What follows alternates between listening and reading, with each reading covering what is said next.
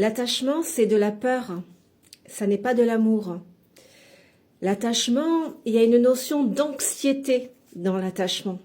Quand on se sent attaché à quelqu'un, on a vite besoin de retrouver cette personne-là parce que sa présence, la présence de l'autre, a la capacité de venir nous rassurer. Tu vois, l'attachement, c'est la peur. C'est la peur d'être seul. Et on a besoin du lien, voilà, pour se sentir sécurisé, rassuré. Et par rapport à cet attachement, pour le coup, on est dans de la dépendance, hein, et on a tout le temps besoin d'être rassuré.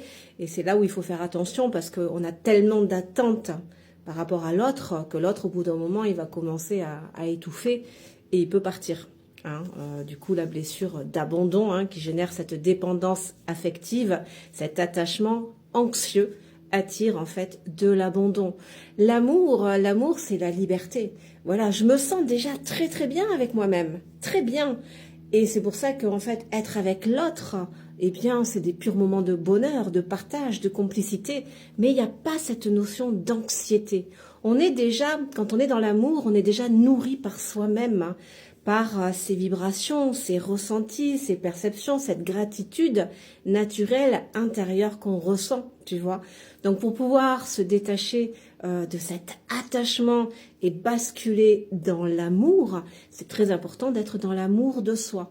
Donc plus tu t'engageras par rapport à ce qui est juste pour toi, plus tu accorderas de l'estime à ce que tu ressens, à tes projets, à tes envies, et surtout plus tu réaliseras tout ça, plus tu exprimeras tes vérités, plus tu accueilleras tes émotions pour les ressentir, les rassurer, les réconforter, et là tu seras de plus en plus dans l'amour de toi-même, dans cette autonomie émotionnelle et dans l'amour de toi-même. Et pour le coup, tu vas libérer cette anxiété. Tu ne seras plus dans cet attachement anxieux. Et là, pour le coup, tu seras plus dans l'attachement par rapport à l'autre. Parce que l'attachement, encore une fois, ce n'est pas de l'amour. C'est de la peur. Mais après, voilà, on fait tout ce comme on peut. Ce sont des étapes d'évolution. L'amour, c'est une forme d'amour. Voilà, un amour conditionnel. Voilà, mais pour accéder à l'amour inconditionnel, mais j'ai envie de te dire que c'est une seule et même ligne, deux extrémités d'une seule et même ligne. Et justement, sur cette ligne, on a des étapes d'évolution, justement, et c'est pour ça que les situations de vie, les épreuves, les scénarios de vie sont là, en fait, pour nous aider à évoluer de l'amour conditionnel à l'amour inconditionnel, de cet attachement anxieux, évitant, voire désorganisé, parce qu'on va de plus en plus répondre nous-mêmes à nos propres besoins en s'apportant cette qualité de présence et d'engagement, voilà, ne plus se renier, ne plus se fuir, s'affirmer, voilà, oser être, s'affirmer, c'est pas que dire, c'est faire aussi.